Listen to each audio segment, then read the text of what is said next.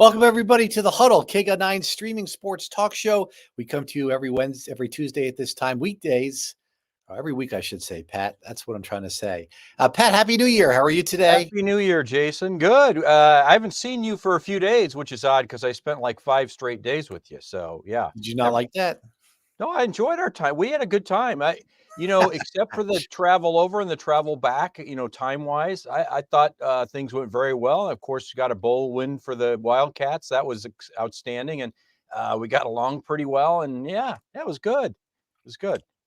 Yeah, what made the trip, though, for sure, was the Wildcat win over Oklahoma in the Valero Alamo Bowl, and to do so 38-24 the final. And Pat, it was really, a game with three parts to it. There was part one, there was part one, and that's when the Wildcats were up 13-0.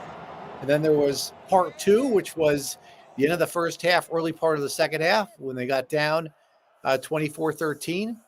And then it was the 25 unanswered points was part three, and to win 38-24. And they just needed that one play to get the momentum back. And they did so. And then they got it with the big play with Dalton Johnson knocking the ball loose. And here comes Gunnar Maldonado the other way, leading up to this Jacob Cowing touchdown. And that was the turning point of the game. Yeah, I couldn't be more happy for, that defensive unit had gotten better as the season went on, and they were really kind of the surprise of this year's team. But I was happy for them because, it was kind of the way it was supposed to go, I guess, or maybe that made the most sense. Was we knew the offense could score, and they did. They were a little muddled in the middle part of that game, but we knew they would get going and they would score enough points. It was really up to the defense, and they came up big when they had to. 6 takeaways, Jason, is a staggering number, especially against an Oklahoma team that was still nationally ranked, still highly thought of, highly regarded. And to get 6 takeaways, that was outstanding. I never saw that coming. I never saw that part of the game coming, because this hasn't been a great takeaway defense. It's just been a really good, bend but don't break kind of defense. It was definitely part of their game plan defensively, because they were knocking at the ball, every possible way they can. There was another play where they almost had a big play defensively that was ruled the Oklahoma player down. So that was definitely part of their strategy. And just a fantastic win and a way to cap off a 10-win season. We wanted that 10th win for this team, which we believed was the best team since the 1998 team.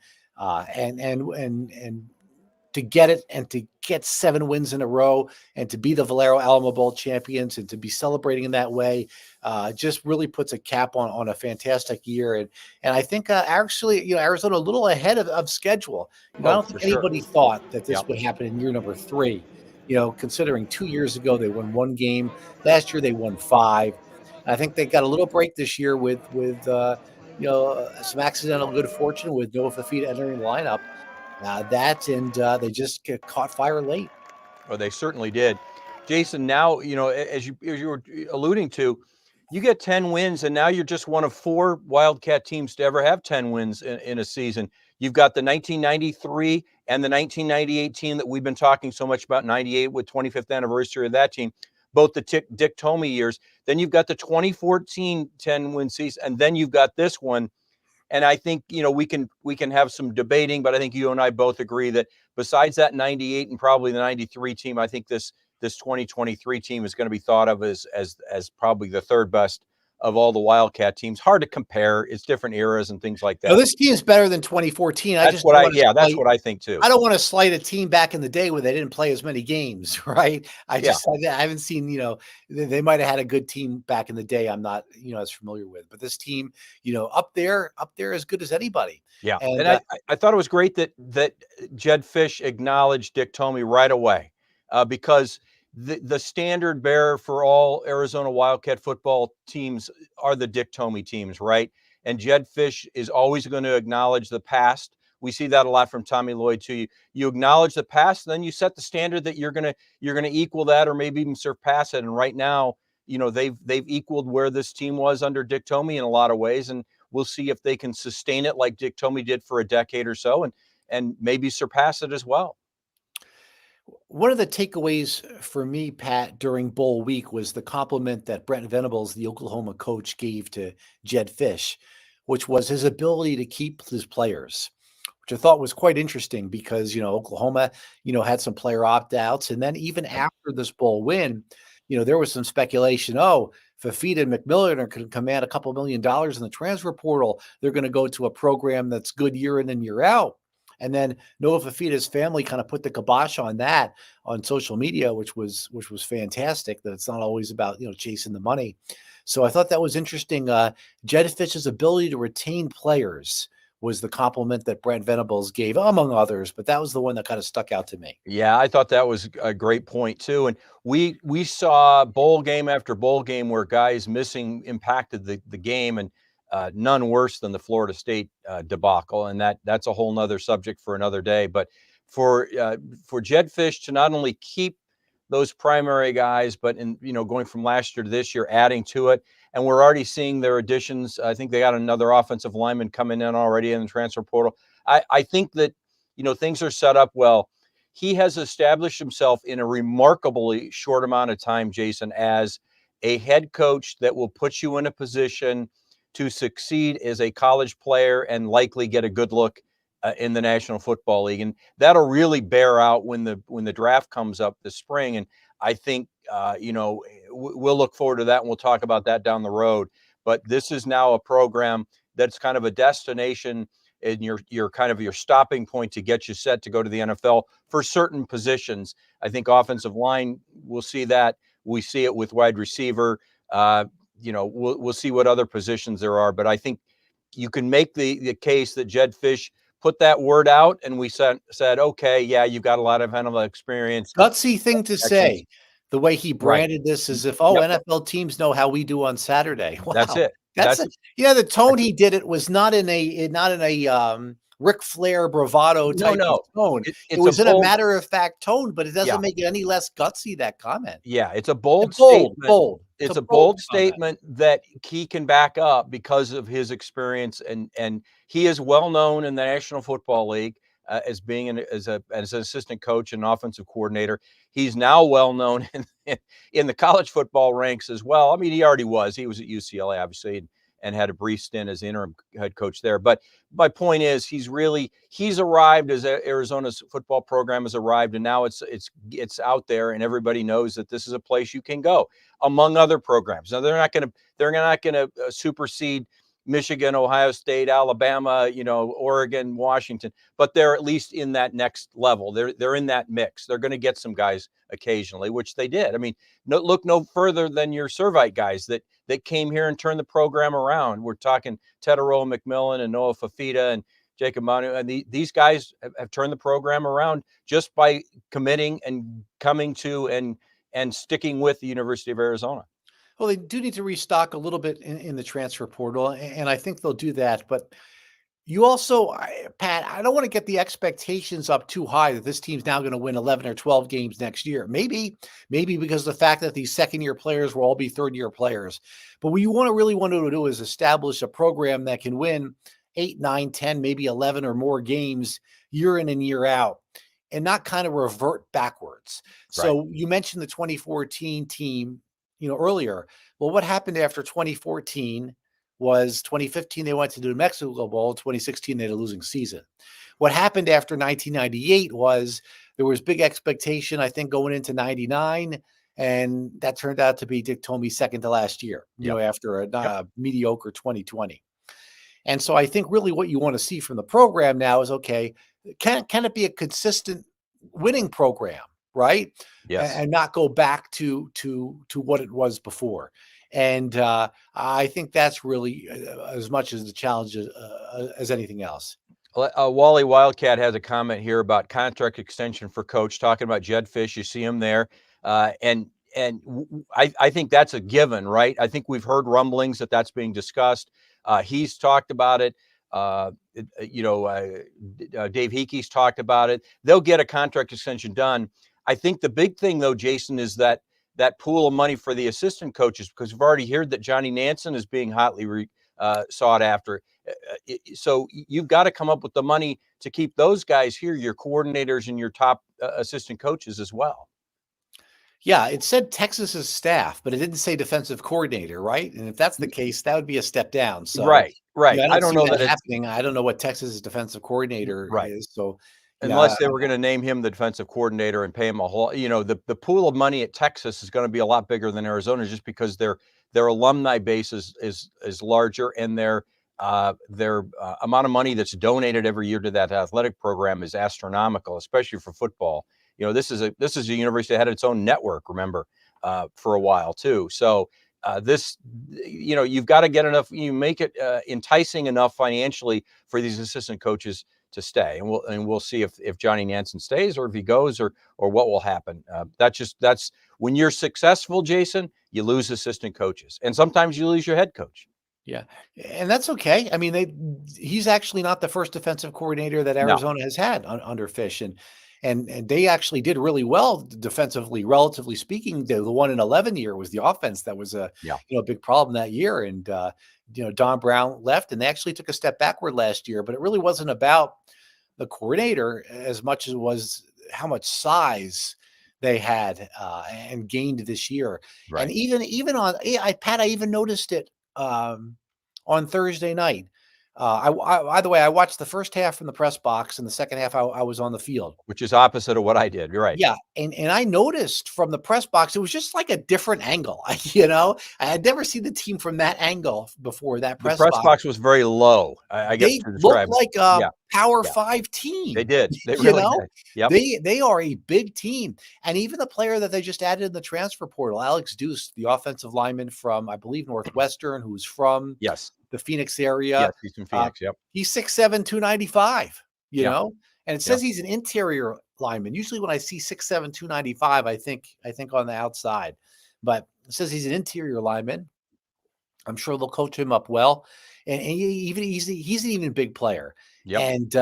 and so they look like, the Jacob Manu is the exception. They look like a giant, and Fafita, Yeah. obviously, you're They the did. exception. They look like a really big team, They and pound for pound, they measured up well with Oklahoma. I don't think, and I think that's where you can really gauge that. Okay, this is a team that's now leaving the Big 12 to go to the SEC, and by all accounts, they'll move right in. And I don't know that they'll win an SEC title anytime soon, but they'll certainly be able to measure up against most of the SEC teams. So I think that bodes well for Arizona. Not only that they look like, as you said, a Power 5 team, but they're playing like a Power 5 team. I think they're getting the respect of a Power 5 team, and now they move into a Big 12. Well, I think they're going to do exceptionally well.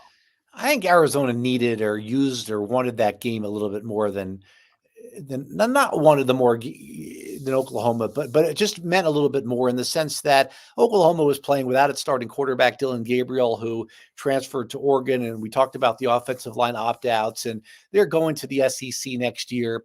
And this coaching staff's not going to be judged on this bowl game with this opt-outs without the quarterback. That was a way to get this quarterback, Dylan Gabriel, Jackson Arnold, the quarterback who played, experience for next year, get him acclimated to starting, game before they go to the SEC next year. They're going to be judged on how they do it in the SEC, right? This loss, while we walked past their locker room after the game and we saw they were not happy. They were despondent. Sure. So I don't want to say it didn't mean a lot, but big picture, this to cap off this season means a lot more for Arizona than I think this win would have meant for Oklahoma. And that reminds me of something that happened on the field. You were on one side of the celebration. I was over on the other, and as they were getting ready to celebrate and get the trophies handed out and everything, you see Jacob Cowing holding the offensive MVP trophy there. Chuck Cecil walked by me, and he looked at me and he grabbed me and we hugged. I couldn't be more happy for Chuck Cecil because, he was with the old regime. He's with the new regime. He's in charge of those defensive backs. The defensive backs were the real difference makers in that end of the third quarter, fourth quarter. And it made me feel really good. Not only, as a person who roots for the Wildcats, but somebody who's gotten to know Chuck Cecil very well over the last 5-6 years. And that guy puts in, he's one of those first in, first out, lights on, lights off kind of coaches.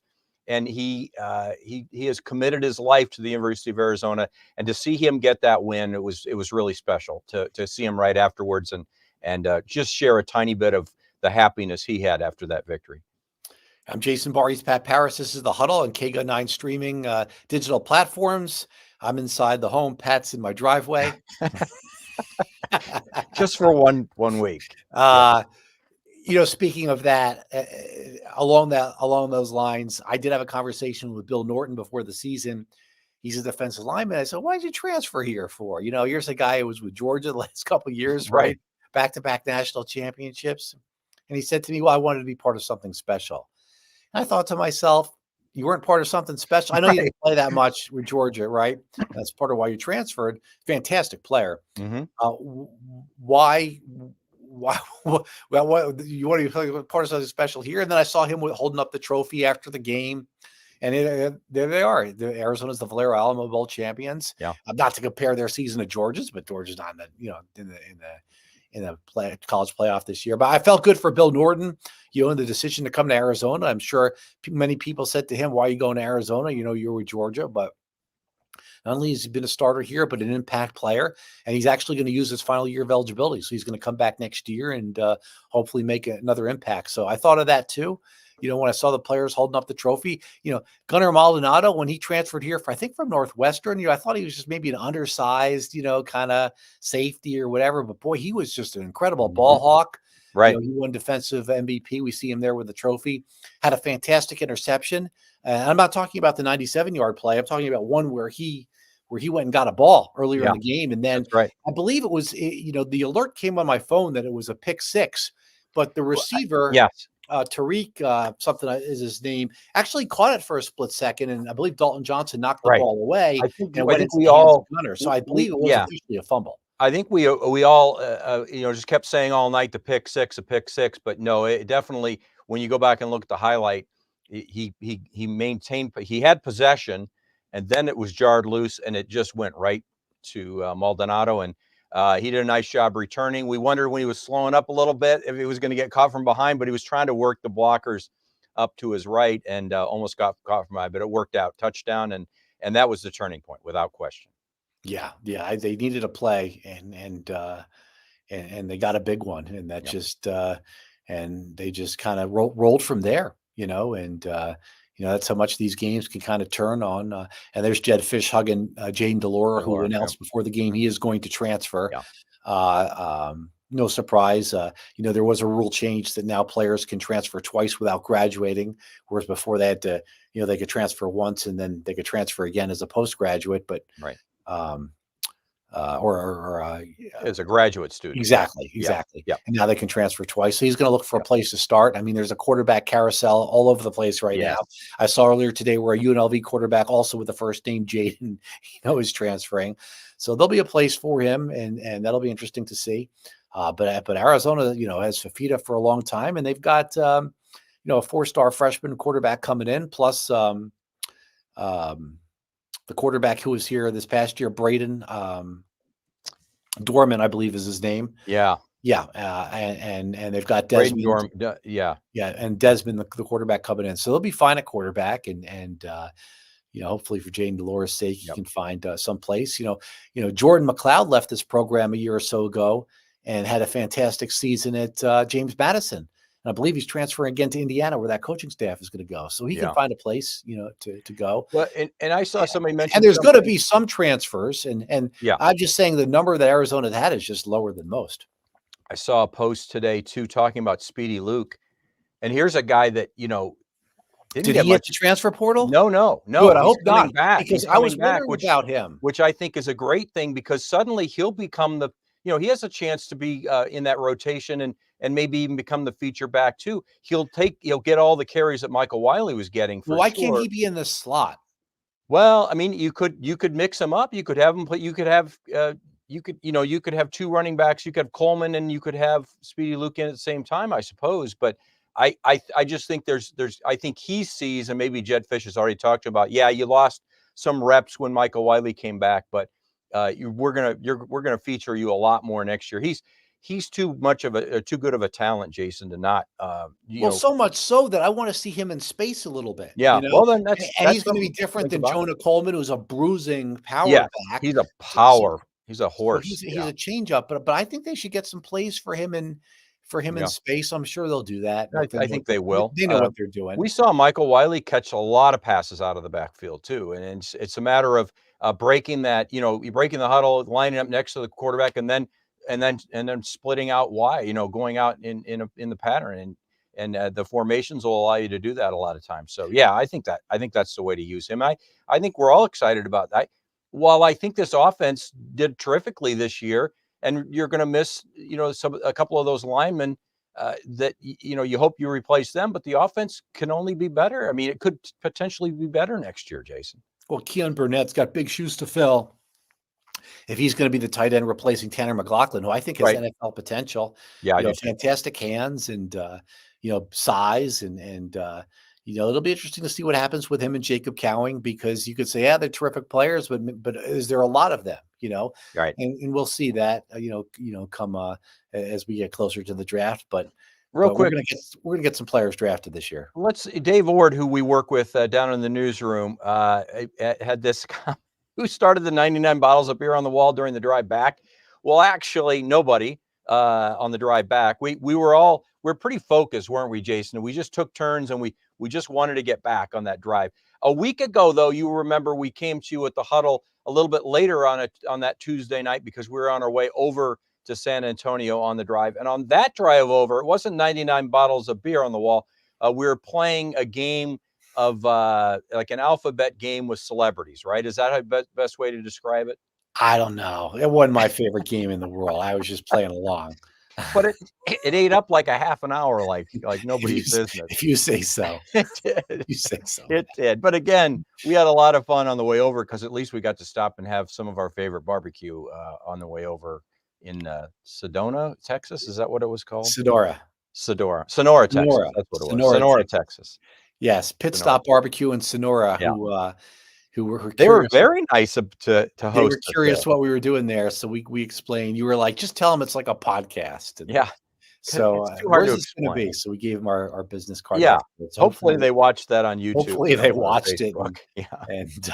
And and got a kick out of what was probably their first and possibly last or only or rare. Let's call it rare broadcast from broadcasting live. Yeah, so we'll see. The elephant in the room is Arizona. The Final Four in 2025 is in San Antonio as well, so we could be going for a third time to San Antonio. But a lot's going to happen between now and then, and we'll talk Arizona basketball next time we see you. Yeah.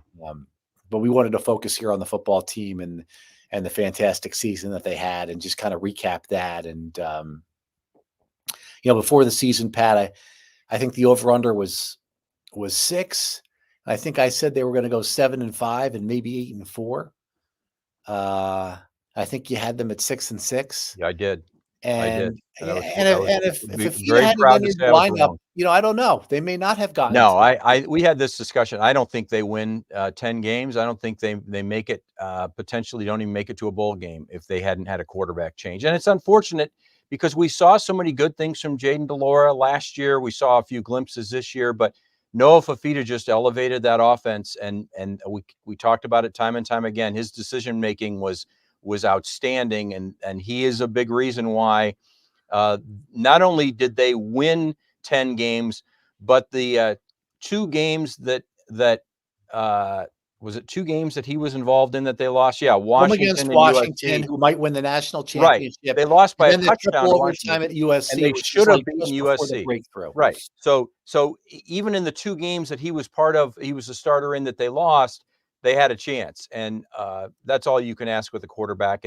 And another year under his belt, I'm looking forward to what he can do in 2024 in this coming fall. And it's not so much also what he does, but what he doesn't do, which is right. Turn the ball over 4 interceptions, make mistakes. Yeah, make bad decisions. Mm-hmm. And even those sacks that he took really weren't his fault. I mean, it wasn't a situation where he held the ball too long. I mean, that pocket collapsed immediately. Yeah. Those were I'd like to have seen him maybe think about running a little sooner. Once or twice, I think I made the comment, but it was rare and it was nitpicky. He did the right thing in that middle part of the game, the second quarter and most of the third quarter. You just had to just kind of withstand what Oklahoma was doing. And that's exactly what he did and the offense did. And and they finally got the defense turned up a notch, and they were off and running. All right, I'll wrap it up by saying I'm excited to see what the player acquisition is, student athlete acquisition is in the off season. Whereas before, these names come in, it's like, ho hum, another 3-star, whatever, another, I'm excited to see now who comes in, to this program off this 10-win team and follow the roster even more. Hopefully with some terrific additions that can help them be a competitive team next year in the Big 12. Yeah, and I'm in agreement with you. I think he'll add some players that will make us think that they're going to be even better in the fall. I will say this, Jason, when you said player acquisitions, then you said student athletes. It really does now. I think it has a sense of waiver wires in the NFL now. Like, it really is. Agency, yeah. You can say it's student athletes, and I know that's the line, and it is. And in most sports, and in the non-revenue sports outside of football and basketball, it is about the student athletes. But I think in football now, and even in basketball, we're seeing it. It really is a waiver wire. It's free agency. And that's what it's turning into. And that, to me, it is player acquisition, and you've got to be. And maybe that's why a Jed Fish is doing so well now, because he knows that angle, having been in the NFL so much, that you've got to play it like it's free agency, and you've got to make your best pitch to these players that are in the transfer portal, just like you do to those star free agents that are out there. It's not always all about the money. It's about opportunity too. Yeah, instead of whining about it, use it to your advantage. I think exactly. You're going to lose a few, you're going to gain a few. Take advantage of gaining the right players. That's what you have to do. All right, for Pat Paris, I'm Jason Barr. This has been the Huddle, KGUN9's weekly streaming sports talk show on all our digital platforms. Thank you so much for watching live or on delay, and we'll see you next time right here on the Huddle.